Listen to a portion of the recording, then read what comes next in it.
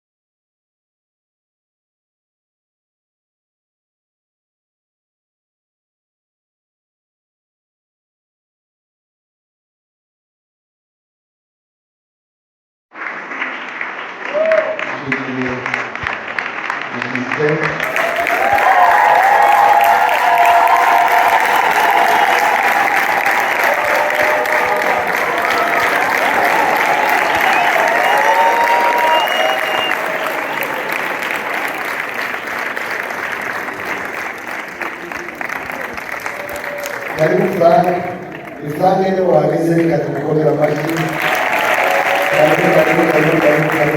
Karibu. Nabwiye reka dushimiye kubakira n'abana bacu kandi barisanga. Narimo mvuga ngo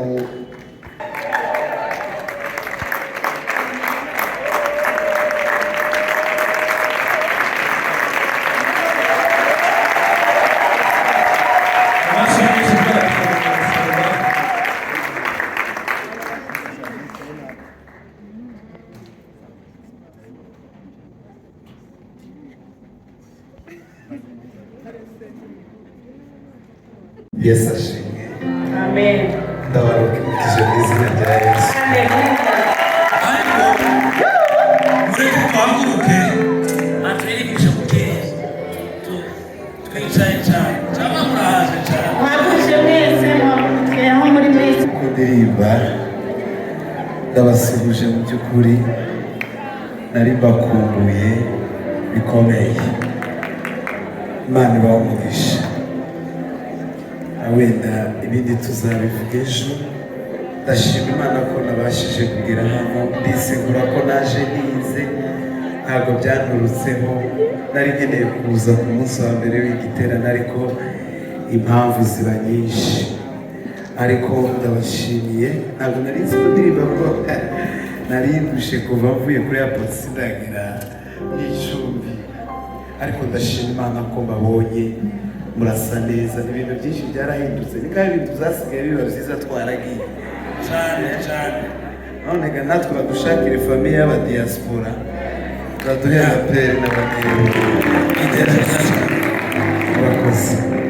Turirimba akantu gatoya cyane karirimbo naje ndirimba ndi mu ndege hanyuma ntabwo mwanya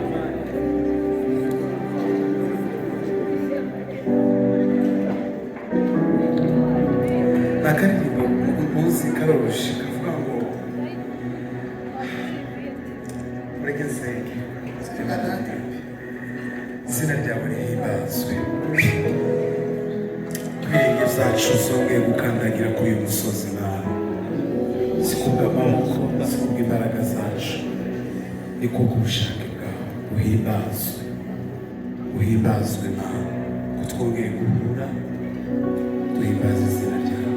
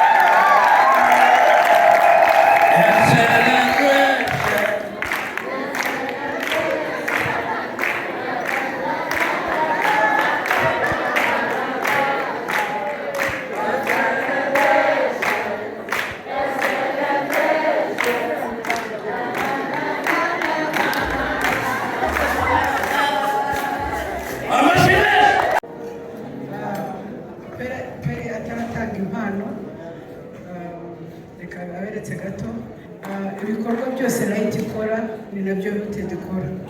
Impamvu bivuze gutyo, ndi mail wa Rooted, ndi mail wa Light. Rero ndashimira Imana yabampaye impamvu tugiye gutanga iyi mpano. Ubushize umwaka ushize this year I think twahamagaye cyangwa twatumiye Bishop na Madamu. Bishop ntiyaboneka, Madamu wari uboneka kuko iyo umushumba adusuye tumuha impano twazibashyikirijeho. Ejo bundi Pastor Kato aradusura, ntabwo twari twayimuteguriye, ariko ikintu kidushimishije ni ukuntu bihuriranye na anniversaire ye y'irushanwa. Rero turabakunda, Imana ibamugishe.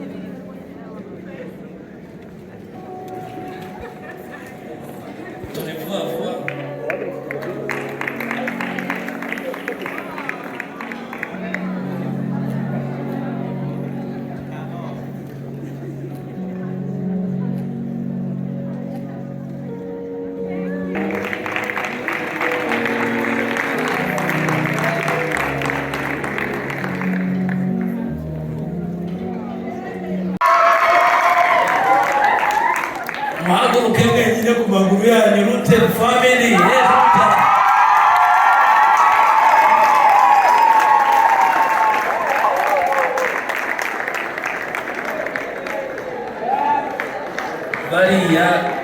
Bariya ni urugero rwiza cyane rwa famiye. Elohim family.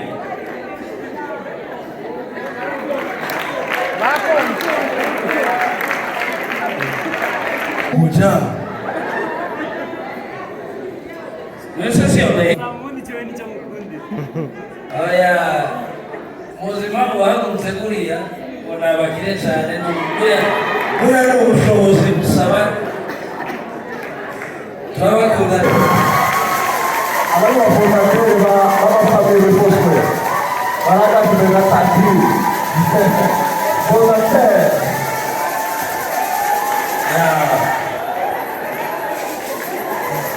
Costa, iyi mikoro ikore neza.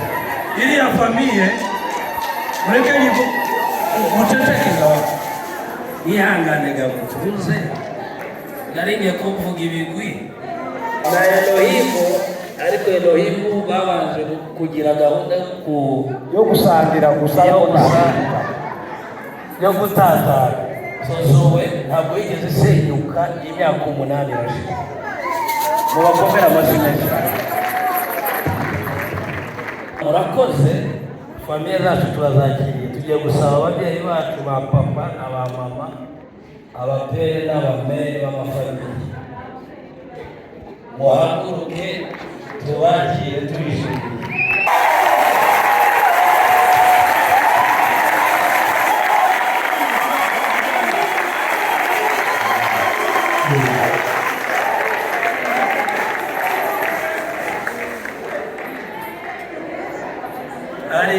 Hari famiye ziri ababyeyi baragiye mu ijuru situbizi. Ariko biyaranjije mukuru wa fura bafashe ifura bari umubyeyi.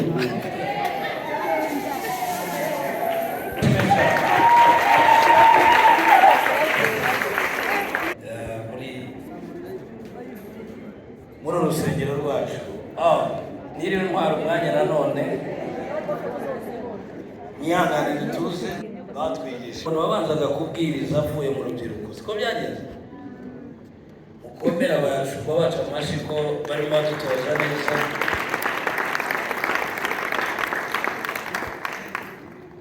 Abatuyoboye ni urubyiruko. Iki giterane tugiye gusaba Eric Rubyagiza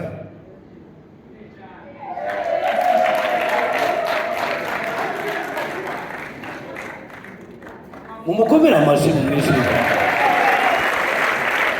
Andi mafamiye ageze ishari ko badafite umuntu se. Reka Eric Rubyageza tugezeho ijambo rigufi y'iminota 10 mbere yuko twakira abandi. Urakoze cyane. Nakoze cyane ndabara kuri benge bagiye. Murasa neza kandi ndikumva niho muri gutuka hariya ku buryo muri minota 10 ushobora guta. Reka dusenge muri minota 10 bampaye akanya gatanga tuganira ijambo ry'Imana. Mwami Yesu uciriye mu bwenge bwacu ngo tubashe kwishurirwa kandi imbaraga. Amen. Narivuze yuko ntari butinde kubera nyine ndi kumva imaze kuvuga ngo shine your light muri wowe. Uvuga ngo tuvuze ngo sakaza urumuri rwawe. Uvuga ngo iyo jambo rihereye kuri assumption rihereye ku ijambo rivuga ngo ufite umucyo muri wowe. Niba twarizeye Yesu, niba twarakijijwe dufite umucyo. Amen. Hari igihe ubuzima na status ishobora gutuma kugira ngo nawe nta mucyo ufite. Mutekereze Dawidi aragira inama. Ninde wari gutekereza yuko azabona? Bavuga bose n'abashumba. Yari umushumba w'umusirimu. Yari umushumba nk'abandi tuzi. Amen. Mutekereze Yosefu bene nyina ariko kubwira ngo mwambabarire baka. Mutekereze ari muri gereza. Ninde cyane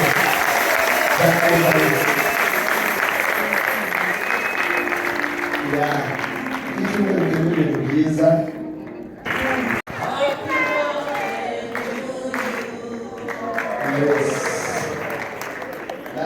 kiga mu Bubiligi nagenda nsengera muri Zayoni yaho buri cyumweru mbese bamukoreraga keke bagasenga ku cyumweru nabaga niteguye kurya keke y'umuntu wayigize rero imeze neza.